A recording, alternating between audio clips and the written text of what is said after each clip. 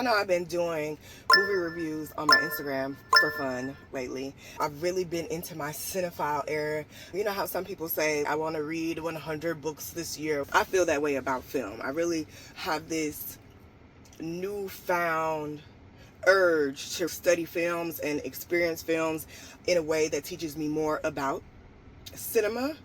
And Quentin Tarantino says, if you want to go to film school, watch films. That's what I'm doing. And I felt like it was no better time to expand on my budding interest than to review the Sinners film. I started to do what I normally do, which is just quick little reviews on my story that are text-based, but I had so many opinions about Sinners that I was like, no, bitch, you gotta film this. Hey! Okay, so that's what I'm doing right now. First of all, this movie did something that is very rare and got a 100% Rotten Tomatoes. This is unheard of. I think only films like Singing in the Rain and what's that one where she like, Toy Story, 12 Angry Men, stuff like that. So I think this is well deserved, but I also think we should give it 5 more. Another thing, black people, y'all was talking during the film. Y'all was snickering. A couple of y'all was got up and walked around. I need to say one thing. Never change. I love us, and there was a very communal feeling about this film that just cannot be replaced. I harken back to the first time I saw the trailer for this film, and usually trailers give the film away, but Sinners gave away just enough. And she'll give you a little shoulder, and then take it back. Give you a little leg, take it right back. Like, you really didn't know what it was about. You knew it had an element of horror. You knew it was about music, black people, and Michael B. Jordan. And that was enough for us. And I love that because it really lended an element of surprise to the movie. You really didn't know what to expect. And as a result, it had me on the edge of my seat the whole time. And I'm not just saying that, like, using that term. I really was like this. Like, I could not sit back. Every time I was like, dang, you look stupid. I was like, but this requires this type of, okay? Ladies and gentlemen, I would like to welcome Sinners into the black film canon. Sit on down, right next to Color Purple and Coming to America and Friday and Django and Dead Presidents. Like, this deserves to be in the films that black people love list, and it really deserves to be at the top. This movie is a comedy because the comedic timing was mwah. This movie was a romance. I almost would say it's sexy a genre. This movie is a period piece. This movie is a horror film all in one.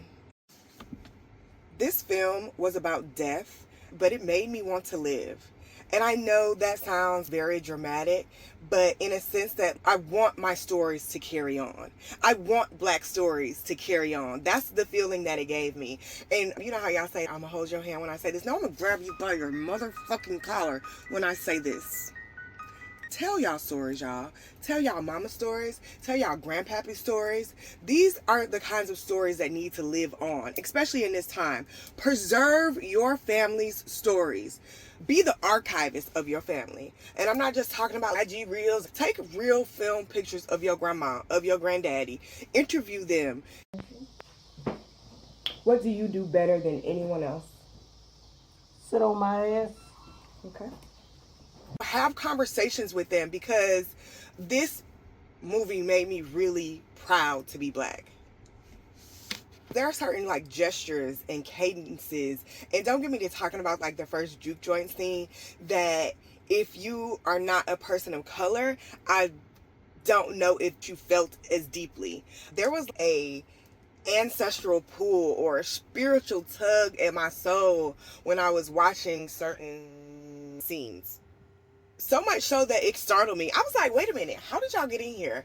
That could just be me, because I feel like I'm a very intuitive person, but that intuitiveness made me see my great-great-grandmother at a juke joint. And I have pictures of my family going to juke joints. They were big gamblers back in the day. At the what? At the bar with her grandmama.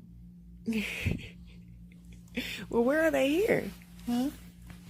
Where are they right here? Look. Another box. That is the importance of preserving the history, right? Because I felt like I could just reach out and touch my ancestors. And I think that feeling is a privilege. And I just thank Ryan Coogler for being able to hit that on the head. It made me think of my great-grandfather, Trey Two. That's Trey Two in the middle. Yeah. Who used to play the harmonica in the same way that Roy Lindo did. And that just really sparked something in you. It's not just something that you can see and go about your day. It's wow.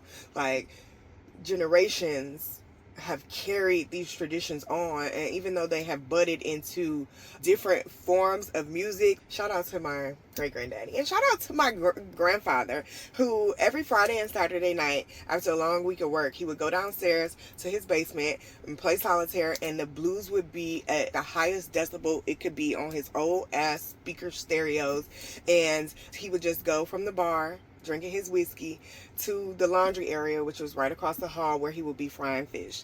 And this is tradition, and I just love to see it on film. I was like, that's my granddaddy, y'all.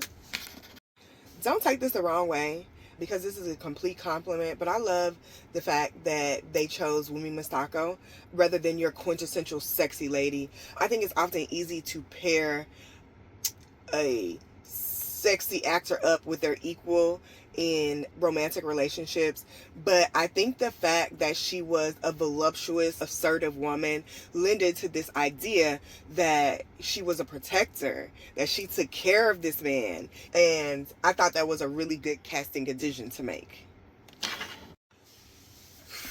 Not gonna lie, I thought the Indians was gonna pull up at the end during the fight scene and help a nigga out. I thought we was here. Clearly I have Indian in my family, so what the fuck, where y'all at? However, it did make me more interested in seeing and understanding these people. Everybody's talking about sequel. I will take anything Ryan Coogler gives me. This could have gone so many ways, but that is one element that I would be interested in seeing more of: the Indians, the vampire hunters. This not a one-day ass movie. I love that so much. I love that this film was able to be told in one day, and the character development was so good that we didn't need any flashbacks, and they very well could have had them. We could have had flashbacks to the brother killing his dad. We could have had flashbacks to Delroy Lindo telling a story about his friend. We could have had flashbacks from the war and from the twins' times with Capone, but it did not need that. The character development was so deep that we were able to understand this story that was told in just a matter of a day. I thought that was a great element that could be overlooked. Like, the juke joint opened that day, and boom, that was it. The development that they were able to do in that time really just astounded me. When that rabbit-ass Irish motherfucker fell from the sky in flames, I was like, oh shit.